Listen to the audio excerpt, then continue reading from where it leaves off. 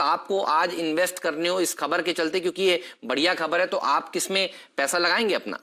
नहीं, आपने बिल्कुल राइट कहा। और जैसे आशीष जी ने न्यूज बताई थी, मुझे लगता है कि वोल्टास बहुत अच्छी तरह से प्लेस्ड है। हेमंत जी, अगर आप देखिए इसकी जो लीडरशिप पोजीशन है रूम एयर कंडीशनर मार्केट में, जैसे RAC मार्केट हम कहते हैं, यहाँ पे इसकी I think market leadership position plus expectation जो एबिट मार्जिन ये पोस्ट करते हैं यूनिटरी प्रोडक्ट सोल्यूशन में, ये बेहतरीन है। दूसरा, because of the lockdown I think जो इनको नुकसान हुआ था इनके बिगेस्ट क्वार्टर में, Q4 हो या Q1 हो, कहीं ना कहीं I think that has started recouping back. और भारतवर्ष में तो आप देखते ही आई थिंक ठंडी सिर्फ 1-1.5 महीने के लिए रहती है, बाकी तो गर्मी गर्मी रहती है। तो जो प्रोडक्ट रेंजेस इनके पास हैं, जो इन्वर्टर लेड बिजनेसेस हैं, जो आई थिंक बहुत अच्छी तरह से बिक्री करते हैं, that accounts for almost 63% of the split AC market. इनके दो अलग बिजनेस डिविजन्स भी हैं, इलेक्ट्रोमैकेनिकल प्रोजेक्ट्स, आई थिंक बड़े बड़े प्रोजेक्ट्स लेते हैं। यहाँ पे ऑर्डर बुक 7,500 करोड़ की है। तो मुझे लगता है जैसे अनलॉक एक्टिविटी स्टार्ट हुई है locally as well as globally, industrial activity को लेके execution on that front should also improve significantly. तो मार्जिन्स जो ये वित्त वर्ष के लिए बिल्कुल घट सकते हैं फ्रॉम 9.5 जो इन्होंने रिपोर्ट किए थे। I think that should recoup back to 10% by FY22। Balance sheet बहुत हेल्दी है, इसलिए मुझे लगता है आई थिंक अगर हम सारे बिजनेस सेगमेंट्स को जोड़ लें और एक्सपेक्ट करें ये न्यूज का एक positive impact, Voltas definitely stands out. दूसरा, जो रेफ्रिजरेंट्स की आप बात कर रहे थे, SRF, गुजरात फ्लोरो, नवीन, सारे बेनिफिट करते हैं, but SRF probably stands out इसलिए क्योंकि आई थिंक इनकी जो आई थिंक रेफ्रिजरेंट का कारोबार है, यहाँ पे तो फायदा होगा ही होगा। केपेक्स जो ये कर रहे हैं, जो नई ऑर्डर बुक आ सकती है, जो कैपिटल ये रेज कर रहे हैं, दैट विल बी अक्रेटिव अर्निंग्स के हिसाब से। बट हेमंत जी, जो आपने पैकेजिंग की बात की थी आपके 2020 पिक्स में, SRF में एक पैकेजिंग का भी कारोबार है जिसने आई थिंक जबरदस्त तरीके से सपोर्ट किए थे लॉकडाउन में अर्निंग्स को। और ये जो पैकेजिंग बिजनेस है, बोपेट और बोप प्राइसेस जिसे हम कहते हैं, यहाँ पे आई थिंक जो एक मार्जिन या स्प्रेड्स ये अभी भी बरकरार है सारे पैकेजिंग कंपनियों के लिए। तो ये लगता है ये सारे तड़के SRF के लिए भी काम आएंगे। तो I think Voltas, SRF, yes, I think these two stocks can do very very. चलिए, तो टाटा मोटर का स्टॉक भी फोकस में आज रहने वाला है इस स्टॉक पर, और टाटा ग्रुप के दूसरे शेयरों पर भी नजर रहेंगे। मयूरेश जी, आपका फेवरेट वाला कौन सा है टाटा ग्रुप में शेयर, बताइए जिस पर नजर रखें आज हम।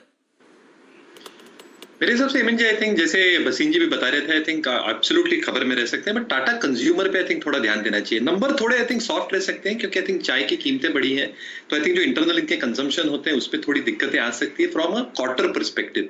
बट लॉन्गर टर्म आपने विजन अगर लेनी है तो मुझे लगता है जो इनका इंटरनेशनल कारोबार है आई थिंक बहुत अच्छी तरह से ग्रो हो रहा है।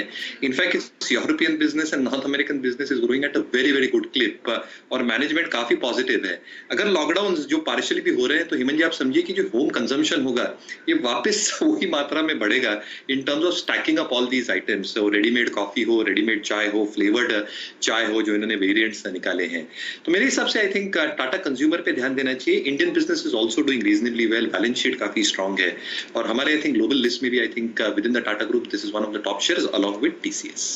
तो वोल्टास देखिए बढ़िया प्रदर्शन दिखाई रहा है अब, और आज खबर देखिए यही थी जो सबसे पहले ली गई थी, वोल्टास के ऊपर रखिएगा नजर। SRF भी क्या अच्छा प्रदर्शन दिखा रहा है, एक बार देख लेते हैं SRF का स्टॉक, वोल्टास, इन सब के ऊपर चर्चा हुई थी।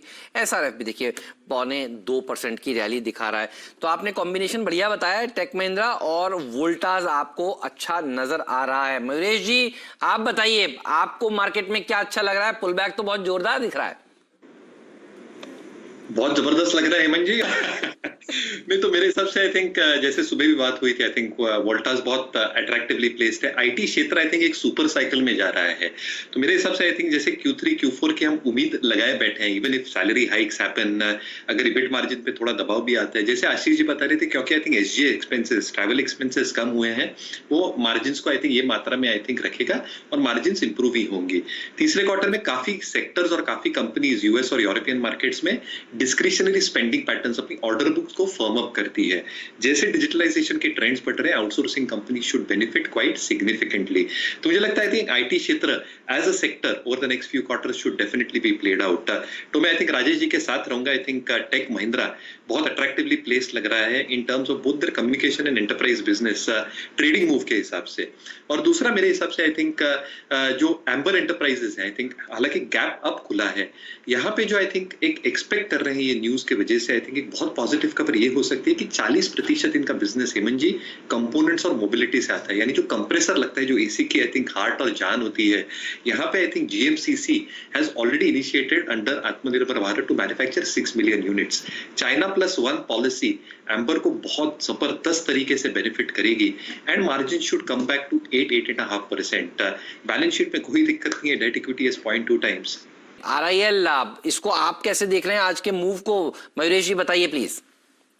ये आपने बिल्कुल सही तरह से कहा हेमंत जी, और आरआईएल अपने आप में एक सेक्टर ही है, तो उसमें कंजम्पशन रिटेल थीम भी आ गई, टेलीकॉम भी आ गया, और जिस तरह से मोनेटाइजेशन हो गया है जियो प्लेटफॉर्म्स का, जिस तरह से रिलायंस रिटेल का मोनेटाइजेशन चल रहा है, और जो वैल्यूएशंस पे बेचा जा रहा है, जो एंटरप्राइज वैल्यू 4.3 लाख करोड़ की है, जो ओवरऑल मार्केट कैपिटलाइजेशन है वो तो बढ़ती ही जाएगी। दूसरा आई थिंक जो इंपॉर्टेंट तड़का ये स्टॉक के लिए है वो ऑयल टू पेटकेम बिजनेस का। अभी भी आई थिंक सऊदी अरामको ने कहा नहीं है कि we are out of the deal, तो अभी भी I think it is in the works. और जैसे ये ट्रांजिट कर रहे हैं from oil to the petchem business, यहाँ पे मार्जिन्स भी अच्छी है, पर reported dollar revenue per barrel is also expected to improve, और क्योंकि इतनी अच्छी तरह से कैश रिच बैलेंस शीट होगी है रिलायंस की, ये ऑर्गेनिक और इनऑर्गेनिक दोनों तरीके से आई थिंक अपने बिजनेसेस को ग्रो करेंगे। तो मुझे लगता है I think going forward return ratios ROE specifically अच्छी तरह से ग्रो होंगे। हमारा ये स्टॉक परफेक्टली बैठता है ओनील मेथोडोलॉजी और कैंसलिम के हिसाब से, और हमारे हिसाब से I think longer term prospects बहुत ही बढ़िया है, तो कोई दो राय नहीं। आई थिंक रिलायंस पे हम पॉजिटिव है। क्लियर डिस्क्लेमर, ये स्टॉक हमने हमारे क्लाइंट्स को बताया। एक और स्टॉक जिसने आउट परफॉर्मेंस दिखाया है, मैं उसके ऊपर राय लेना चाहता हूं मयूरेश जी की। मयूरेश जी, एस्कॉर्ट्स आज देखिए ये भी भाग रहा है, आउट परफॉर्मेंस दिखा रहा है। अब नवरात्र शुरू होंगे तो जाहिर सी बात है गाड़ियों की जो बिक्री है वो भी बढ़ेगी, और सबसे ज्यादा जो हरियाली है वो तो आपको गांव खेड़ों में नजर आ रही है। ट्रैक्टर की बिक्री के आंकड़े बयान करते हैं कि किस तरह का प्रदर्शन देखने को मिला है। एस्कॉर्ट्स, ये बताइए ये अब से लेकर दीपावली तक किस तरह का प्रदर्शन दिखा सकता है? अगर कोई मीडियम टर्म का छोटा सा पोजिशनल ट्रेड ले तो एस्कॉर्ट्स पर आपका व्यू क्या है? नहीं बिल्कुल, और चंदन जी की फोटो याद आती है मुझे, हेमंत जी ट्रैक्टर पे बैठे हुए, तो आई थिंक एस्कॉर्ट्स के शेयर बाजार के एस्कॉर्ट्स के ब्रांड एम्बेसडर। एग्जैक्टली। तो जैसे फार्म इक्विपमेंट की बिक्री हो रही है, जो ट्रैक्टर सेल्स की बिक्री हो रही है, ये समझना बहुत जरूरी है कि आई थिंक जो हॉर्स पावर होती है ट्रैक्टर्स में 50 MV और उसके नीचे वाली, आई थिंक एस्कॉर्ट्स दोनों सेगमेंट्स में मौजूद है। नए एमिशन के नॉर्म्स लागू होने वाली है हेमंत जी फ्रॉम अक्टूबर नवंबर, तो अभी सरकार उसको डिले करती है, तो आई थिंक ये सारे कंपनीज के लिए बेनिफिशियली है।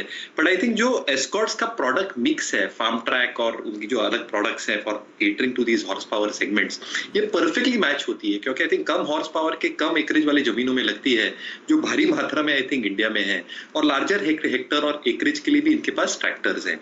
दूसरा, जो ट्रैक्टर बिक्री हुई है because of a good kharif season और because of good monsoons, rabi season से भी यही उम्मीद है, जो विंटर क्रॉप होता है, यहाँ पे वाटर लेवल्स और रिजर्वायर लेवल्स अच्छे होने के कारण यहाँ पे भी उत्पादन और सोइंग काफी अच्छी तरह से हो सकती है। इसलिए जो मैकेनाइज्ड प्रोडक्ट्स हैं like Escorts, I think they should move higher. दूसरा, इनकी रेलवेज में एक बिजनेस सेगमेंट है जहाँ पे रेलवे की ऑर्डर बुक ठीक ठाक है और वहां पे एग्जीक्यूशन भारी मात्रा में बढ़ रही है। तीसरा, जो कंस्ट्रक्शन की मैं बात कर रहा था, as government capex will come back significantly, कुछ हद तक इनकी जो आई थिंक यूसेज होती है बैकहो ट्रैक्टर्स और backhoe load construction equipment, that will be used for the construction segment itself। तो आई थिंक सारी मात्रा में आई थिंक पॉजिटिवली प्लेस लगता है हमें स्टॉक, सारे मूविंग एवरेजेस के ऊपर है। तो यस, आई थिंक एक 8-10% की मूव शायद अगर आप शॉर्ट टर्म बोल रहे हैं दीपावली तक ये स्टॉक दिखा सकता है। हालांकि आई थिंक स्टॉप एक उसका 50 DA में जो है वहां पे रहना चाहिए। बैंक्स के दम पर ये बाउंस देखा जा रहा है और HDFC बैंक के दम पर ये बाउंस देखा जा रहा है। अच्छा बताइए मयूरेश जी, HDFC बैंक का 100 पॉइंट का कंट्रीब्यूशन देखिए इसकी तरफ से, इसके नतीजे भी आने वाले हैं कल। आपकी उम्मीदें क्या हैं HDFC बैंक से, जिस तरह से कमेंट्री पुरी साहब की पेश हुई थी? हेमंत जी, और जैसे इन्होंने कमेंट्री में कहा है कि 3% की ग्रोथ इन्होंने क्वार्टर ऑन क्वार्टर बेसिस पे देखी, एडवांसेस और डिपॉजिट्स दोनों में, आई थिंक एक बहुत पॉजिटिव संकेत देता है, क्योंकि जैसे हम अनलॉक एक्टिविटीज में वापस आ रहे हैं, जो डिसबर्समेंट ग्रोथ होगी वो भारी मात्रा में हो सकती है Tier 2 Tier 3 टाउन्स में, as well as retail disbursements. Retail disbursement एक बहुत इंपॉर्टेंट कंपोनेंट रहते हैं और सारे बैंक्स इसके तरफ आई थिंक उलझन कर चुके हैं। Because of unlock activities, retail disbursements की कमेंट्री मेरे हिसाब से I think think positive side पे रहेगी in the coming few quarters.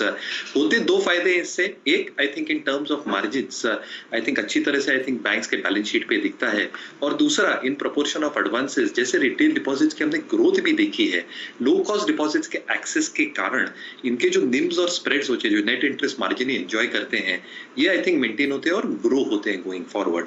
तीसरा जो प्रोविजनिंग एस्पेक्ट है हेमंत जी, एचडीएफसी बैंक के लिए कभी दिक्कतें थी ही नहीं, तो आई थिंक जो एक एक्सेस प्रोविजनिंग ये करते हैं that always shields their balance sheet from a fundamental perspective. और चौथा आई थिंक जितनी भी खबरें थी आई थिंक वो पुरी साहब को लेके हो, और जो फ्रॉड रिलेटेड खबरें जो बीच में आई थी पेपर्स में, I think underwriting skills have always been the best, impeccable रहे हैं। तो मेरे हिसाब से आई थिंक क्वालिटी फ्रेंचाइज है।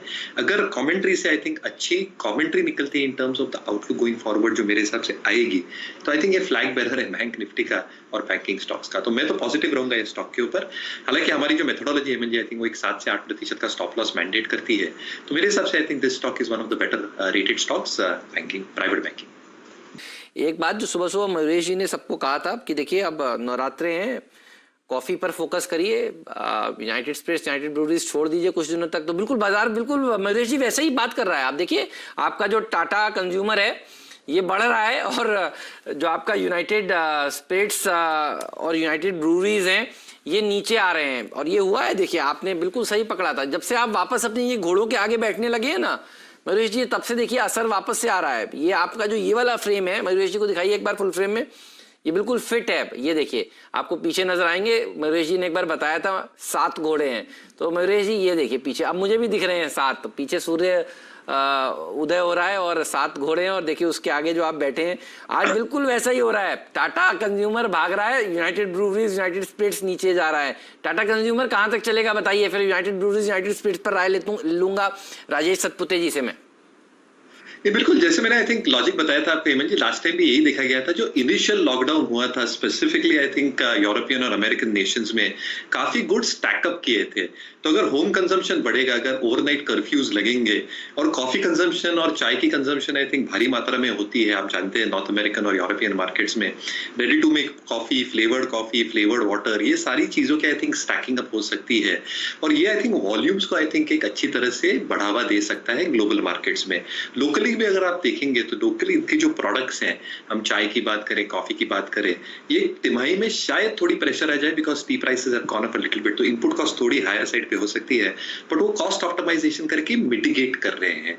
तो हमारे हिसाब से I think volume led price growth जो एफएमसीजी कंपनीज के लिए अच्छी तरह से आई थिंक ऑपरेटिंग लेवरेज लाती है बैलेंस शीट्स के ऊपर, ये कंपनी में बरकरार है, स्ट्रॉन्ग पेडिग्री है, स्ट्रॉन्ग मैनेजमेंट है और स्ट्रॉन्ग कॉर्पोरेट गवर्नेंस है। तो ये लगता है आई थिंक जैसे मैं कह रहा था, आई थिंक मार्केट्स अगर वॉलेटाइल रहे तो उसका जो पुल बैक है 200 टीएमए तक का एक बहुत बेहतरीन अपॉर्चुनिटीज बनेगी स्टॉक के लिए। आराम से ये स्टॉक मेरे हिसाब से आई थिंक 12 से 15% के रिटर्न ये भी लेवल से दिखा सकता है, पुल बैक से और भी ज्यादा।